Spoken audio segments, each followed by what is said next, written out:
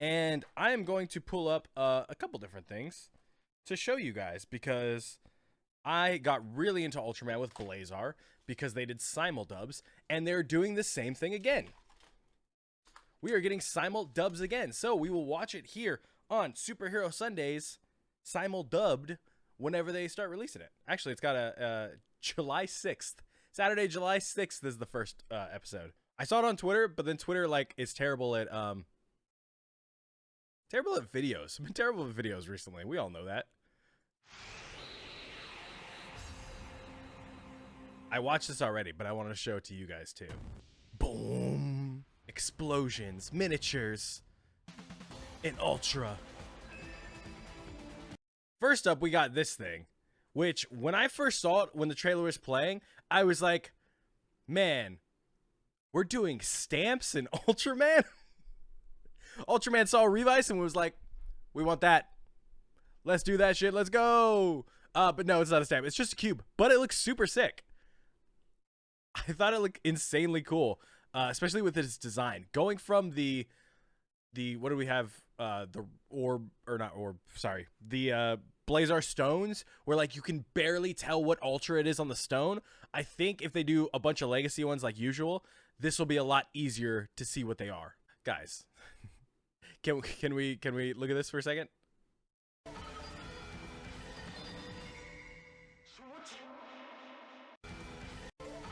Do we understand what's happening here? It is a Rubik's Cube, yeah. It just looks like it takes so much time to do it. Ultraman Arc, and let me just say, man, Blazar, I could pick Blazar out of a lineup of 80 different Ultras. They finally went back to an Ultra that I probably will forget the differences between this one and the other ones pretty soon. This is as basic Ultraman as you could go. There's like, I don't know what else to say about it. It's the most simple Ultraman that you could think of. Does he look a bit more buff? Yeah, kind of. Just chops to the face of that one kaiju. Look at a big Ultra hug. You guys see that? Big Ultra hug. Ultraman Arc. So sick. And then we got this badass poster that they released. I think, there it is. This badass poster that they released, I think is beautiful. Ultraman posters are always beautiful. This shit could be about anything. It's literally, one, the most basic suit. Two, the most basic trailer ever. The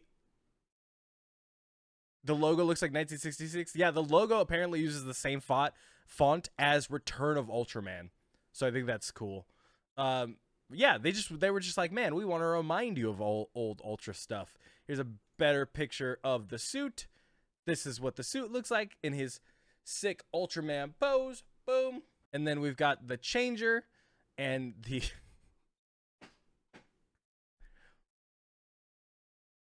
okay, without the cube in it, I'm gonna call this the Altussi. It just looks.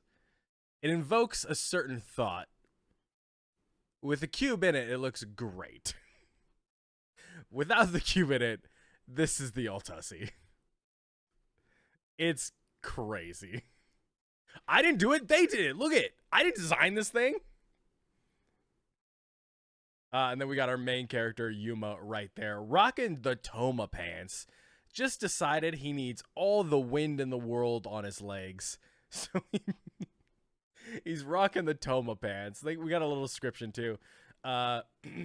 It says, when a kaiju horn falls to Earth, monsters begin appearing across the world. Following this K-Day event, a group called the Scientific Kaiju Investigation and Prevention Center does their best to prevent more disasters. An imaginative man named Yuma, who survived a kaiju encounter at a young age, joins Skip out of desire to protect people. Armed with the Arc Cube and Arc Ariser, Yuma becomes the Giant of Light, Ultraman Arc. Veteran will direct the series, with Jun Sugita serving as head writer.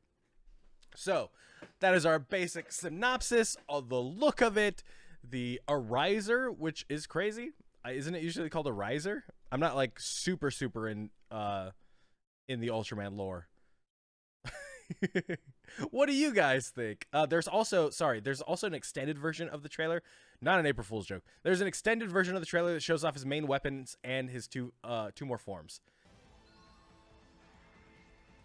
Here's his main weapon, which is basically Ultra 7's like transformation glasses as a sword, which I think is cool. Could be a Dahmer Brothers reference, could be a Ghost reference, whatever you want. Any glasses with sunglasses, or any sword with sunglasses on them. So that's cool. I think Tsuburaya, I really hope, fingers crossed, because I was really happy with Blazar and how little legacy stuff they did. I think they are starting to do more like, hey, look at this design that's like all through Ultraman that you can recognize, or look at this little homage, instead of being like, here's fucking Jugglish Juggler in this season randomly, so if you've never seen Ultraman Orb before, you're kind of fucked, because here's Jugglish Juggler. And it's like, great. I just wanted to watch this season. So I think that's kind of cool, putting in designs and little homages like that. And then he has two forms that they show off here. There's this sick fire armor, and then these dope wings. The wings I really like. Gives me like Blue Beetle vibes. And then the fire armor's cool. I feel like it's expected. Me, who's never watched Ultra in general. Yeah, and like if you've never watched Ultra in general and you start watching an Ultraman and then a character pops up and you're like, that's from 3 seasons ago. Then you're like, oh, okay. And then here's that beautiful poster again, because I like it. Ultraman always has sick posters. I imagine this is the horn. This is the horn that fell from space and made K-Day. It's just Gifu. It's just Gifu. The Gifussy coming down. That's Ultraman Arc. That's a lot of things we know about it. Somebody posted, I missed it in the chat. Can you put the transformation pose back in? Never mind. Here, I got it. I found it. Because I saw this earlier. Oh, I bookmarked it. I'm just an idiot and didn't bring it up. Here's the transformation pose.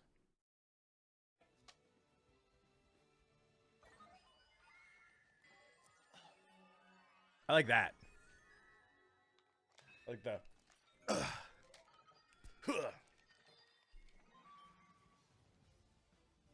I think I'm dumb. It probably takes no longer than any other Henshin transformation, but I think the Rubik's Cube thing takes so long.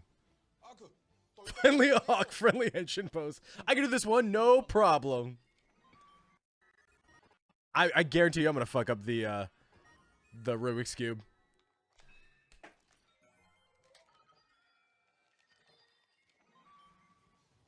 There's a big ass stone he puts in front of him.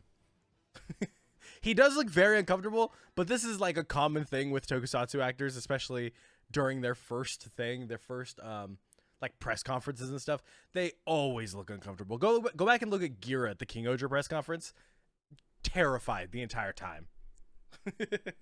The entire time. People in the Discord, you guys were talking about, like, people were gonna speed run it, and I'm like, absolutely they're gonna speed run it. Sub 3 seconds on the Ultussi Ariser. Let's go. Boom, boom, boom, boom, boom. It's embarrassing if they mess it up since it's more complicated. I will definitely mess up that Henshin, but I'm excited for it. It looks basic, which I don't mean as an insult. I just mean like, oh, I really liked Blazar, and so like this one being a more basic Ultraman, I'm excited to get into it and see if it sticks this time. See if it sticks more this time, especially with dubs. God, the Tsuburaya doing dubs. You guys have heard me like rant about it and rave about it all the time. It's amazing. I love it. It's one of the best things they do. Stop calling it the Ultussi. Make me. Oh, you mean this thing? You mean this right here? Stop calling this the Ultussi. I literally can't. It's the Dune popcorn bucket. It's the Ultra Dune popcorn bucket. There you go. The Ultussi cube. I'll take the Ultussi cube. does the little Ultraman whistle, and the Altussia Riser. There we go. You press the Altussia cube and it just moans. It's